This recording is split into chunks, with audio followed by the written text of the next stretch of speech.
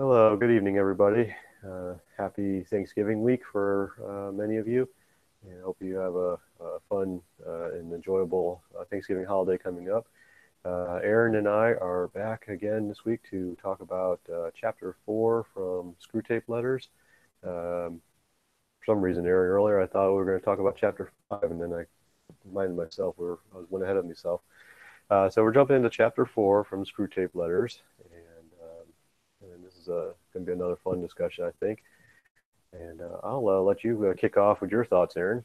Yeah, sure. So I don't have many highlights through because I read it again yesterday and just highlighted my summary at the beginning here. So as we go through, we'll look at your highlights, but I'll summarize the 4 points that I have.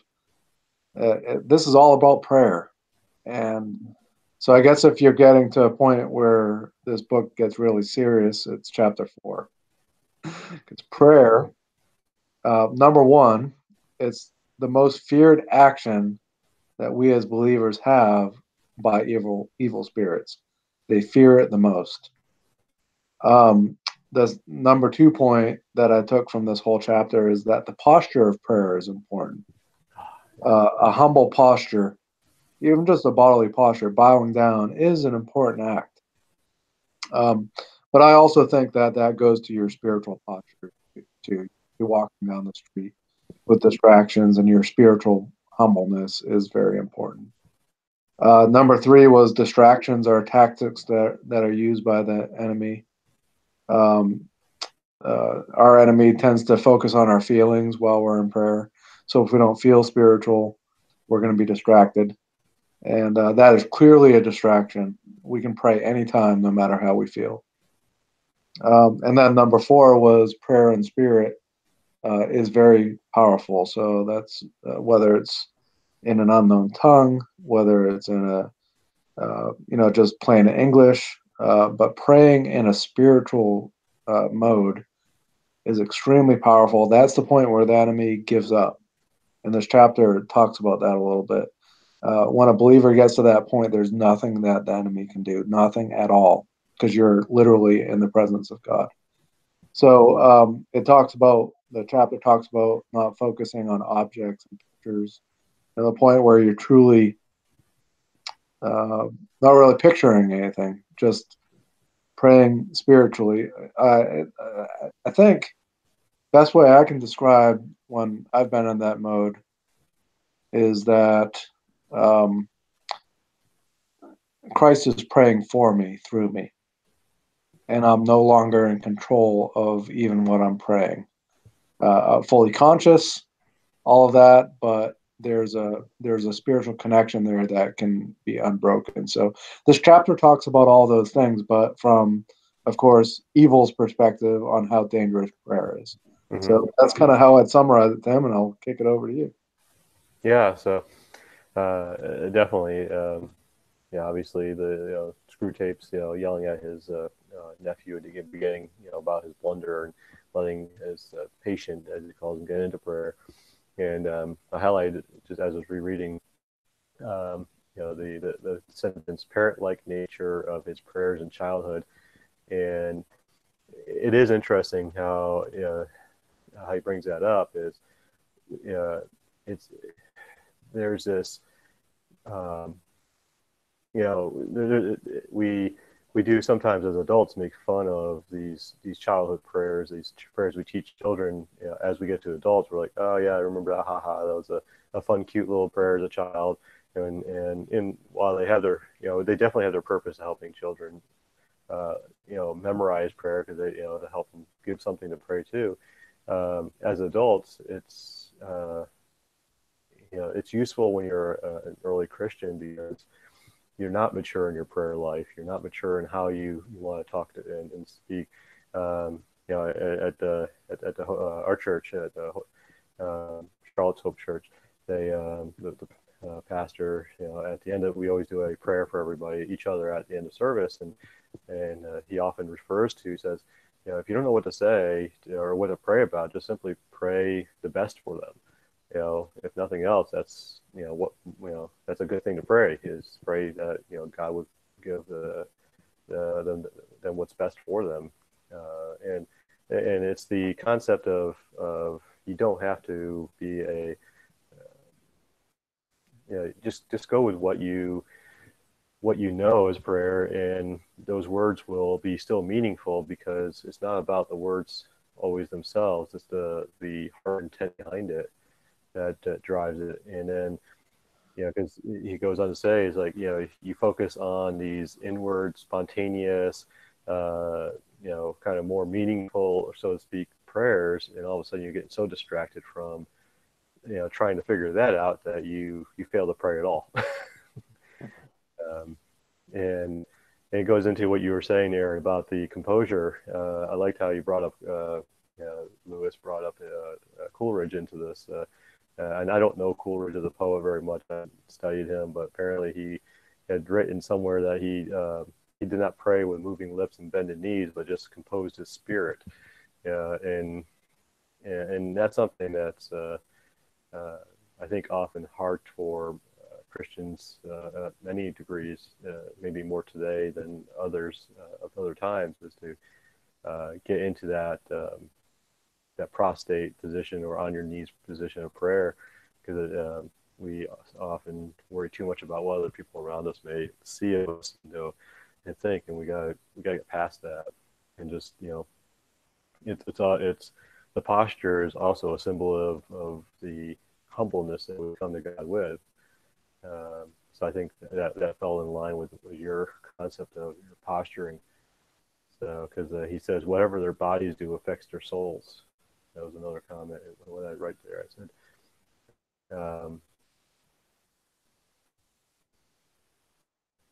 and on my note there didn't really apply to this in this case.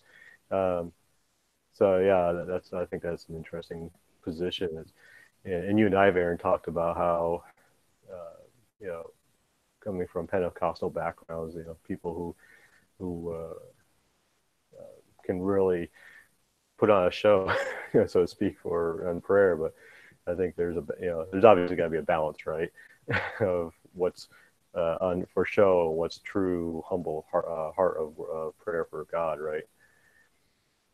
So I don't know. What do you think, Aaron?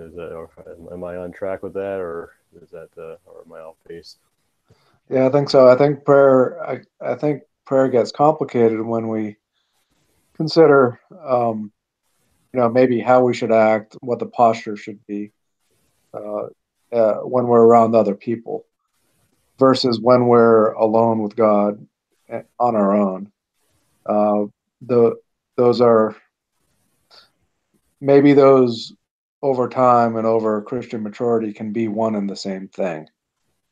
In other words, if I get on my knees and pray to God and just tell Him honestly, in humility, um, what's required for me to get closer to Him and have Him be my Father and me be His Son, Mm-hmm. on my own. If I act that same way in front of other people, I'm probably in the ballpark of what true prayer should be. But we have a tendency, I think, to pray in a manner in a group setting where we're just more formal. And obviously, restraint is always always a good thing in some cases. But anyways, that's kind of where I've come to as a Christian, is that I don't know that I pray much differently on my own than I do with anybody else. Mm-hmm. And yeah, yeah. I guess the key posture there that I would say is humility and honesty. Yeah. Yeah, And and that kind of leads into what I next highlighted was turn their gaze away from Him towards themselves, and how can you have humility towards God if you're focusing on yourself? You focus on he further says that trying to produce feelings where thereby actions of their own wills. When we try to do, it goes back to when we try to do things our way and on our own aptitude, we're idolizing ourselves above God. So it's that humbleness that's going before God, saying, "I am not worthy. I'm not able to handle any of this on my own. It's only by His will, His power, His Spirit that can lead us and answer the prayers that we have before us. If we don't go with humbleness, if we just go with this prideful heart of, well, I'm just saying this because it's the thing I'm supposed to do, but in reality, I already got my mind the answer. I'm going to go and buy that lottery ticket so I can win that $1 million and pay off my bills and so on and so forth, and without actually praying with a humbleness and open mind to listen for the answer, then the prayer is basically useless. So we've already got our mind set up, and without focusing on what He wants us to do, and we've already focused on what we want to do, we've kind of short-circuited the prayer. Yeah. That this particular paragraph that you mentioned talks about feelings quite a bit. So I guess I'll openly admit I went through probably several years of my Christian walk where I didn't feel like prayer was successful unless I came out with a certain feeling. And there is a teaching that, or a term that's in a lot of Pentecostal religion, particularly, it's called praying through. And I always wondered what that meant, but I think it's kind of, I think the positive of that is the authenticity is that you're praying until you know that you've prayed enough where, you've done due diligence by, what you need to be praying for.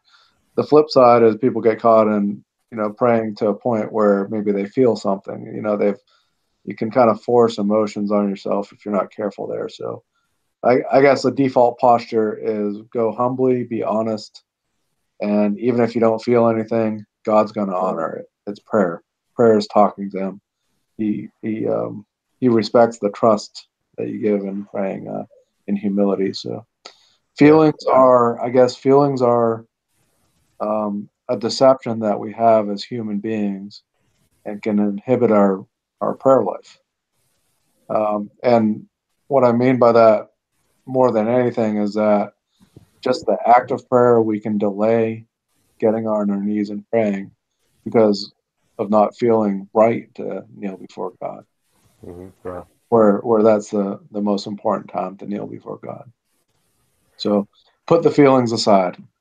Yeah. Well, I thought it was interesting what you said about how you didn't feel his prayers were successful unless they had a certain came out with a certain feeling. That's almost word for word what he wrote here in this section, where teach them to estimate the value of each prayer by their success in producing the desired feeling. So it's almost exactly what you said, and how you felt about it at one point in your time. And I've prayer life is my struggle point. I spent 2018. That was my daily effort. Was put aside the reading of the Bible and just focus on my daily prayers. And sometimes it was just go through the list. Sometimes I didn't have the the words I wanted to say, or didn't feel like it. And it was just okay. Here's my list. And I would just read through my list and be done. And there's sometimes I would get caught up and I'd forget or not get into it. But that was my focus this year, was to better my concentration, my devotion to adding prayer into my life more regularly and with a more intent than it just be when there was times of trouble praying like many of us do. But actually making it daily, I kind of got on it when I was reading through Daniel, how Daniel would pray 3 times a day without fault, and that prompted me to improve my prayer life, and going from usually no times a day to at least once a day.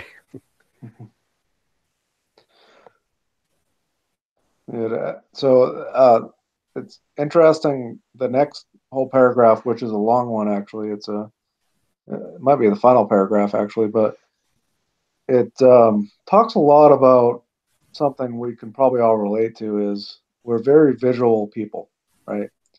We picture things, and so our enemy uses that against us in prayer. But a lot of times I'll say a routine that I've adopted over the last several months to a year is actually to kneel in my office before a cross that I have. Show you this here. I don't know if you see a I little can, cross on the table there, but it says God is good all the time. And my younger daughter bought that for me a few 4 or 5 years ago, and it's made its way to that place.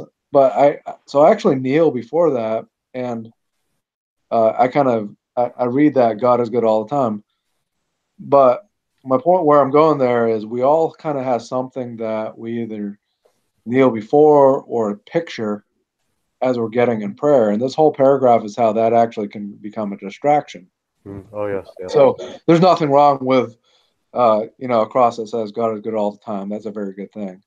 But I have found that 90% of my prayer time, um, if I'm just doing it to bow before the start of the day or something, can be focused around just picturing who God is, picturing Christ on the cross.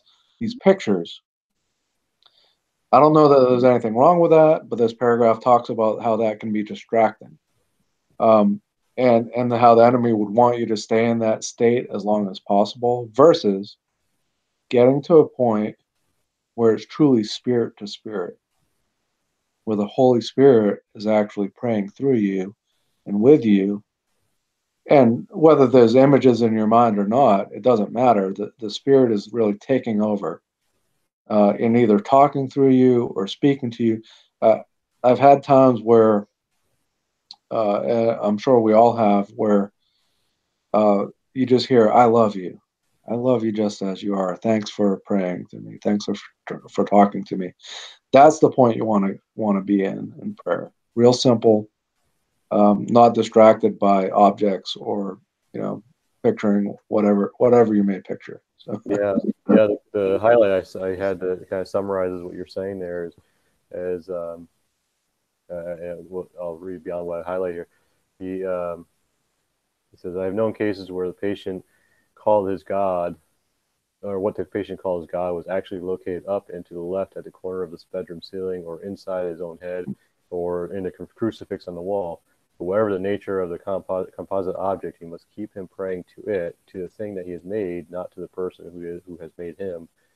Uh, and So yeah, it aligns with what you were saying, and it summarizes a lot of what that's about. Is exactly what that is when, even when you make the object the idol instead of what the object is meant to represent. Uh, so yeah, and that's so easy to do. It's you come across people who will only who put that importance to certain objects rather than to God Himself, and so that it's easy to get distracted from that if you're not careful. It's it's I think what you're going to go along with what you're saying there, Aaron, is if the object helps you focus on Him, then there's I agree with you. I don't think there's anything wrong. But if the object becomes a replacement for Him, then I think that's the line that's crossed.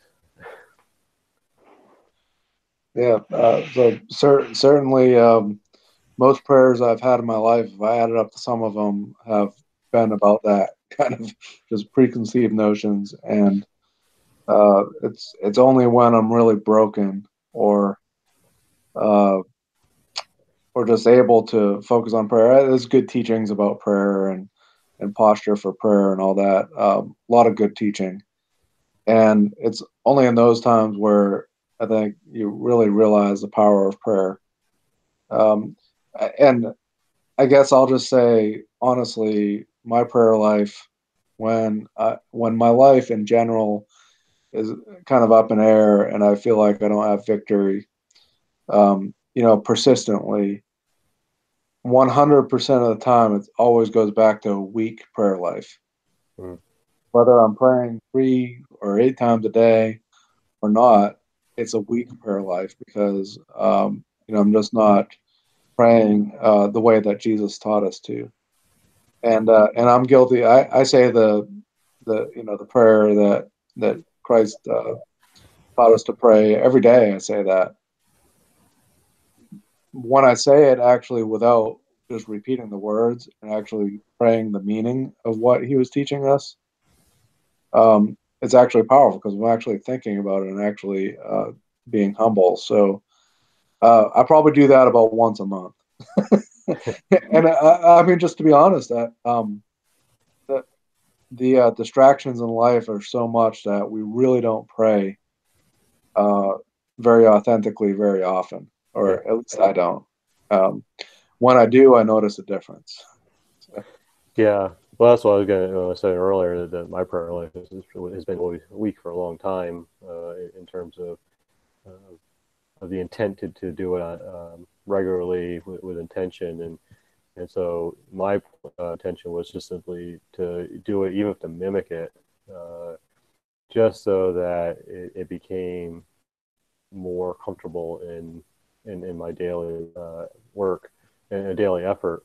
And that way, when when it was more important, like when I hit a point of actually really needing to reach out to him, it was less delayed, because if I'm sometimes in the past, when I wasn't praying on daily or regularly, if I came needing, where I was getting to a point where I was having some struggles, it may have been days before I go, oh yeah, let me pray to God. Rather, I was often put myself in front of it and go, okay, how do I solve this problem? What do I do?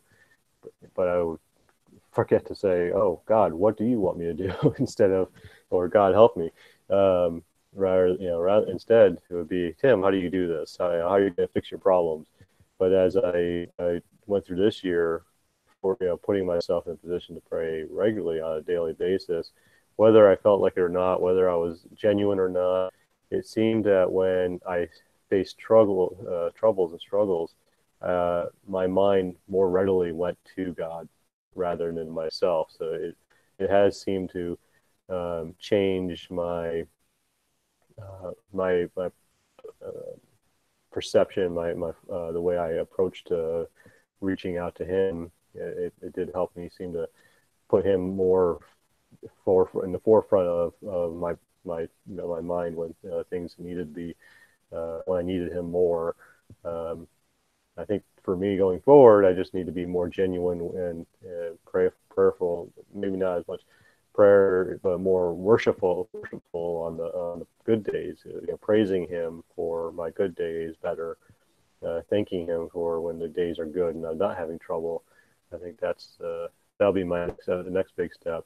Um, it's being joyous in the positive days a little bit better, and not forgetting Him in those. There was a time I think I was better about it when I was an early Christian and I saw everything so positive and had a lot more, saw changes happening a little more, seeing the things. But and then as many pastors warn of Christians as they get past the new phase, things start to wear in. You get into routines and you lose some of that enthusiasm.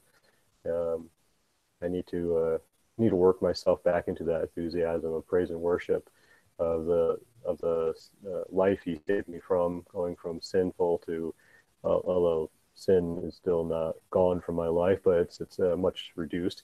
But going from the life I did live to the life that I saw within the light from the darkness, um, I need to get back to that original joyous prayer life. In praise and worship I used to do on a more regular basis than I do now, I think. So that's my next goal is to get back into that.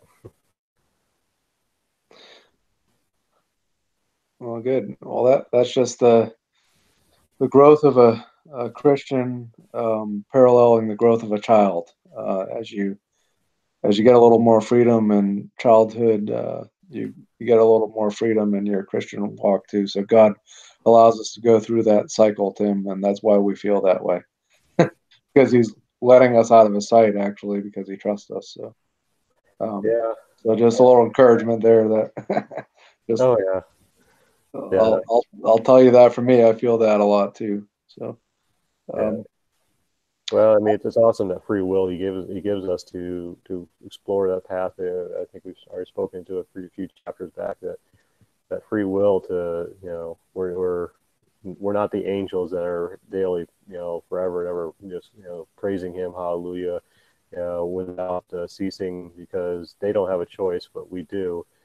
And it's definitely, I'm seeing that through our own choices, how I can either get closer or further away from him, and it's by nothing he does. And if I'm smart, I'll recognize those consequences of my own choices that then will remind me of why I need to keep closer to him, because he definitely has the better path in mind than I can fathom, especially since he's transcends time and space and knows all things equal at all times. So yeah.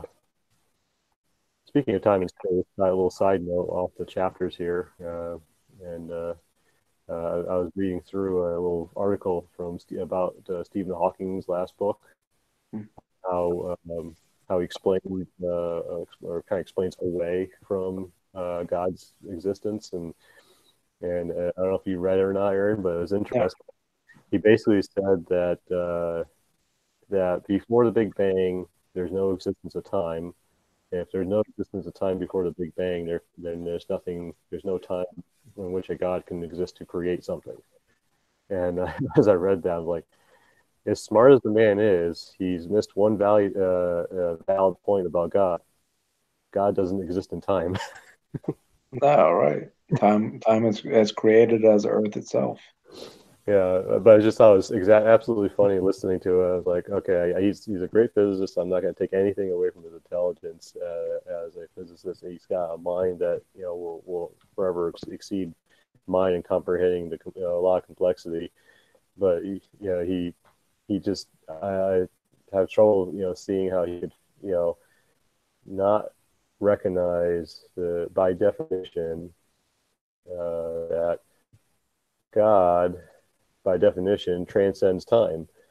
And so it doesn't matter if time existed or not before the Big Bang, because God was above and transcended that point. So by definition, it doesn't matter whether time existed or not. Well, one thing's explained in the Bible that is a controversial subject, but it's true, and all you have to do is read about it.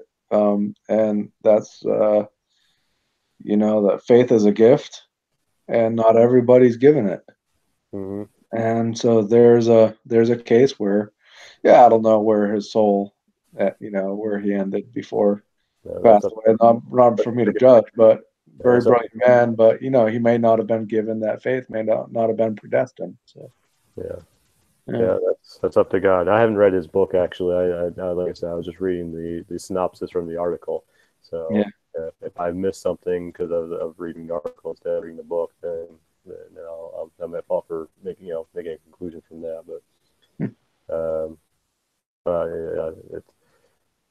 so it's just interesting. He's not the only one out there. I mean, that comes to these conclusions, and then I do think it was just interesting when you listen to so many people try to explain away all of that, and I was in that position at one time. I was an atheist who tried to explain away all those things because I didn't want to come to that conclusion that there was a God, and I would try to explain it, and then as I opened my mind and heart to it, and I started trying to continue to explain it away, it became impossible. Mm-hmm. So by the way, I would say that when I'm in prayer, a lot of times my mind's trying to explain things while I'm in prayer, and maybe that's the time when my mind is most active, trying to explain things. Just all kinds of thoughts come to your mind. I had heard a good preacher one time talking about monkeys throwing things from the trees while you're trying to pray. Just throwing stuff down at you. There's all these thoughts come in your head, and when you're the type of person that really tries to analyze things, that happens during prayer even more maybe than ever. Last night I woke up around, it's always 3 or 3:30 a.m. and I said, man, my mind was going crazy, and I woke up and I just prayed. I said, God, give me peace about this. I don't want to be. I recognize that my mind was coming to some logical conclusions about things I'm dealing with in life that weren't true conclusions. They were only logical conclusions. Yeah. So, anyways, our mind does that to us in prayer. And that's, of Yeah. course, what this last paragraph is all about. Yeah. No, I'm with you on that. I find sometimes I get praying and all of a sudden my mind wants to come up with everything I forgot to do and get in the way and get in the way of the prayer. And, oh yeah, I meant to send Aaron an email about the book review tonight. And oh yeah, I meant to send an email to that group and talk about this subject on Christ. And oh yeah, I meant to set up this meeting with this guy to talk about this. And I get distractions come at me flying. So Yeah, most of the time I pray that's what happens. So honestly, and God is because God's timeless, He just comes back to you and says, "Well, let's continue what we were talking about before." yeah. Yeah. I like. So pretty cool what He does. I look forward to actually seeing it as it actually is someday. Oh yeah, that's something that's gonna be incredible at some point. Yeah, that's one thing I always wondered at some point when my time comes to pass on. Um, I ask myself now, is like, am I afraid of dying because of not knowing where I'm going, or I'm afraid of dying because I'm afraid I didn't complete what my job on Earth was to do? And I haven't quite fathomed in my mind, and it's sad that I haven't done this well, but admittedly, I'm somewhere in between. I'm not sure where. I think I'm still kind of in between those two thoughts. Um, Sometimes I feel like I haven't done what I'm supposed to do, and that's why I don't hopefully it's another 40, 50 years before I really worry about that. But so I think about the Paul and Peter and James and John, the martyrs from the early church, and how they were so unafraid to stand up. And then I look at the persecution from the Middle Eastern countries, the Christians out there being persecuted, the persecuted of the Christians in China, and we have it so easy here in America. Our persecution is really not.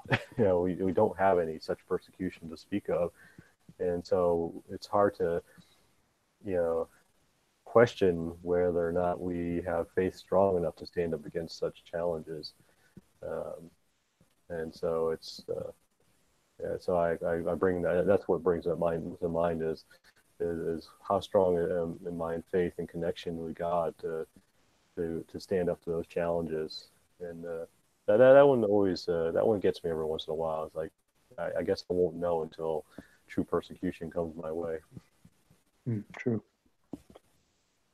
So, well, I think we've gone on topic, off topic, on topic, off topic on this video, but it's always fun talking. So, but I suppose it's getting late, so we suppose we better say goodnight. So, well, Aaron, there's another good talk, and we'll catch up with you again next week. And I'm gonna sign off for this week.